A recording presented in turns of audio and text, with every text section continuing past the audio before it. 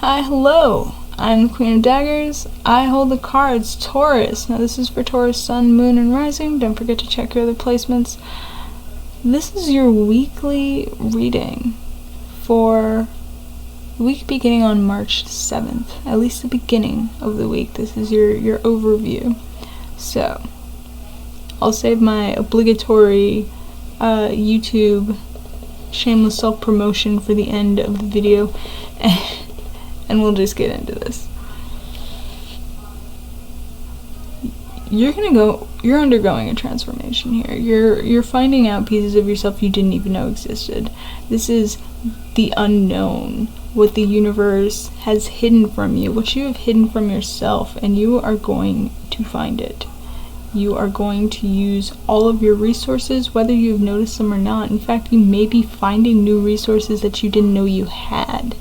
And through that, you're going to find a new way to handle your life, to find your abundance, and to protect it. As well as new ways to rest, and new knowledge of when you need to rest and where you need to rest, and the like. So you're starting out, you think you have everything figured out. You do. You think you have everything figured out, and suddenly there's going to be this switch in your mind where you realize there is so much more to you than you've let on to yourself, let alone to anybody else. There's so much more to you that you can explore and that you will explore this week. Is going to be very internal. Very internal. You're going to be focusing on your mind, your spirituality, the likes. And you're going to charge into it. There's going to be no apprehension here. You're going to charge right into it. You're going to realize there's parts of yourself that are not complete, that you need to go back and understand and learn and grow from. There may be some inner child work happening. There's some cycle in your life that you haven't completed. And you're going to figure out what it is. And if you haven't done that yet, here's your homework starting on Mondays, to figure out what cycle you haven't completed and why you haven't completed it, so you can move forward and do that. This is something you didn't expect to work on. Not at all.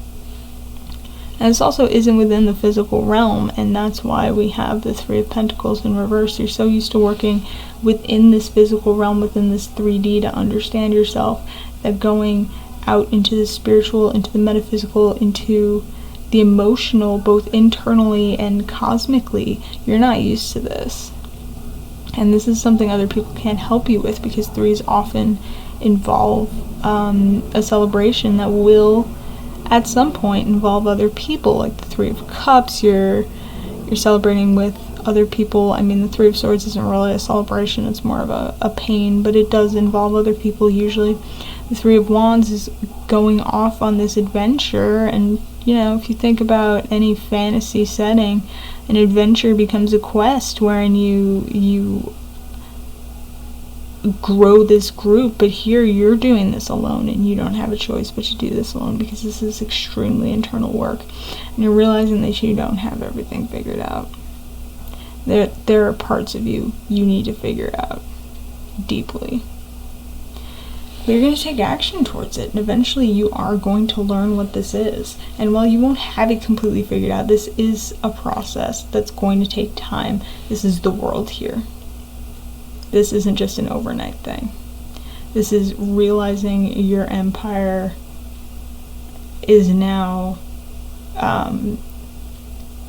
your city lies in dust, to borrow a song title from Susie and the Banshees. I don't know if you know who they are, but I love them. Beautiful post-punk music, if you've never heard it. And you're going to find new aspects of yourself. You're going to be inspired through this, maybe to create new things, maybe to create a new way of life. I mean, you'll see. This is the unknown. I can't tell you everything. This is void. You're going to realize that you do have to go internally. You've been trying not to go into hermit mode for a long time. You've been spending your time around other people. You've been kind of avoiding looking inward to your own wisdom. Maybe you never noticed there was so much wisdom for you to find. So right now you're the Hermit in reverse, but I do believe that you will be switching up into the Hermit soon to process all of this, because you're not going to have a choice. And this is where you find a lot about yourself, and you learn what you need to let go of, and you learn what you need to hold on to, and you learn what needs to be reevaluated, reassessed, what serves you and what doesn't internally, the way you think about yourself and the way you act on your ideas. And in learning what to let go, you're going to learn what to refuse. These thoughts that no longer serve you, these material aspects of life that do not help you. They're meaningless. You don't need all of this everything that you've put so much work into. And that's not to say you have to get rid of everything, but it's to say that you're going to begin focusing on materializing what you truly need for your soul, rather than just, your closet or your living room or something of that nature. This is so much deeper than just money, than just material goods. And it's going to be a difficult change.